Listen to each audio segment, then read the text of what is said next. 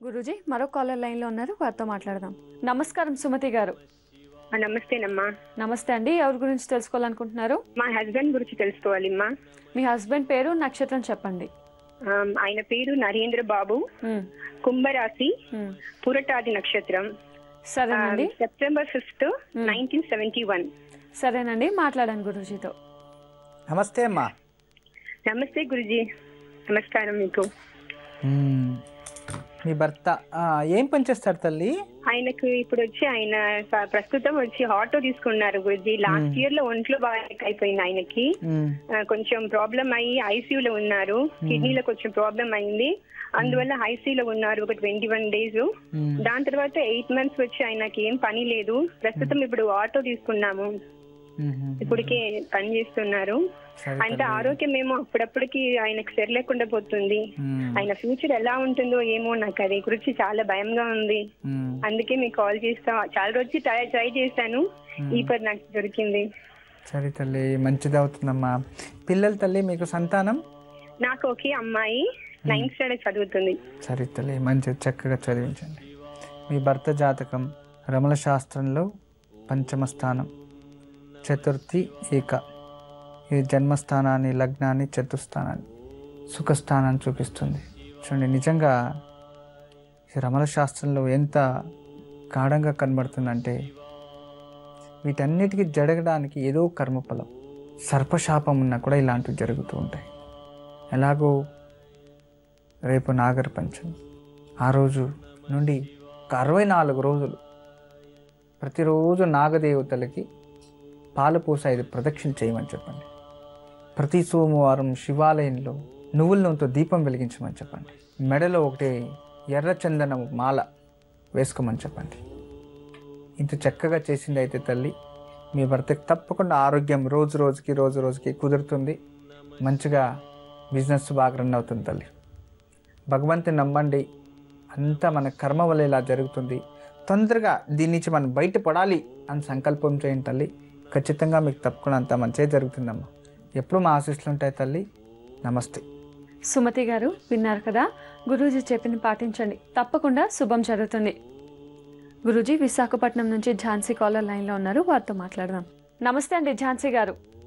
నమస్తే మేడం. నమస్తే అండి. ఎవరి గురించి తెలుసుకోవాలనుకుంటున్నారు? నా గురించి మేడం. నక్షత్రం మీనరాశి మేడం. సరేనండి, మాట్లాడండి గురూజీతో. నమస్తే అమ్మా. కోటి నమస్కారాలు స్వామి. ఎన్నో ఈరోజు పొద్దున్నే గుడికి వెళ్ళినప్పుడు అనుకున్నాను ఎలా అయినా కాల్ కలవాలని. కాల్ కలిసింది తల్లి. ఏ దేవాలయంకి వెళ్ళావమ్మా? ఆంజనేయ స్వామి గుడికి వెళ్ళి ఈ రోజే అనుకున్నాను స్వామి, ఎలా అయినా కాల్ కడాలి. కలిసింది తల్లి. నీకు ఆందమంతుడే పరిహారం చూపించాడు తల్లి. భగవంతుని నమ్మితే ఏదైనా ప్రసాదిస్తాడు. నువ్వు అడిగిన చూడు, ఇంత త్వరగా వచ్చింది. ఇప్పుడు నువ్వు అడిగింది కూడా నీ జీవితంలో త్వరగానే మంచిది అవుతుంది తల్లి. ఎందుకు భయపడతావు?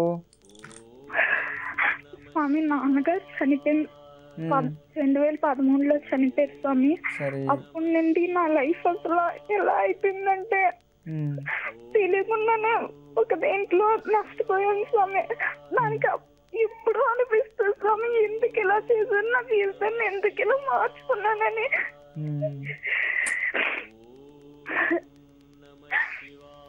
ఏం చదువుకున్నావు తల్లి? డిప్లొమా ఫైనల్ ఇయర్ స్వామి. ఇప్పుడు చదువు నాన్న, మంచిగా చదువు. జీవితంలో వేరే వాళ్ళు నమ్మకూడదు అనేది అందుకే తల్లి. అతి నమ్మకం ప్రాణ సంకటం, అదే తను నీకు బాధ పెడుతుంది. ఈరోజు జీవితంలో ముందుకెళ్ళాలని అంటే జాబ్ ఏమైనా వస్తుందా, ఎప్పటికి వస్తుంది ఏంటి అని తెలుసు. సరే తల్లి, చతుస్థానం సుఖస్థానం మంచిగా ఉంది. నువ్వు బాగా చదవండి, నీకు మంచి ఉద్యోగం లభిస్తుంది. ఆ భగవంతుని అనుగ్రహం కూడా ఎప్పుడు మీ వెనుకుంటుంది. భయపడాల్సిన అవసరం లేదు. అంటే మీ నక్షత్రం తెలుసా తల్లి? మీనరాశి, ఉత్తరాభద్రం. ఉత్తరాభద్ర నక్షత్రం, మీనరాశి కరెక్ట్గా ఉందమ్మా. నీకు మంచిది అవుతుంది, నువ్వేం భయపడకు. ప్రతిరోజు రాత్రి పడుకునే ముందు మహాగణపతి రుణవిమోచక స్తోత్రాన్ని ఒకసారి పఠించండి. తర్వాత ఉదయాన్నే లేచి స్నానం చేసి అంగారక రుణవిమోచక స్తోత్రాన్ని పఠించుకో.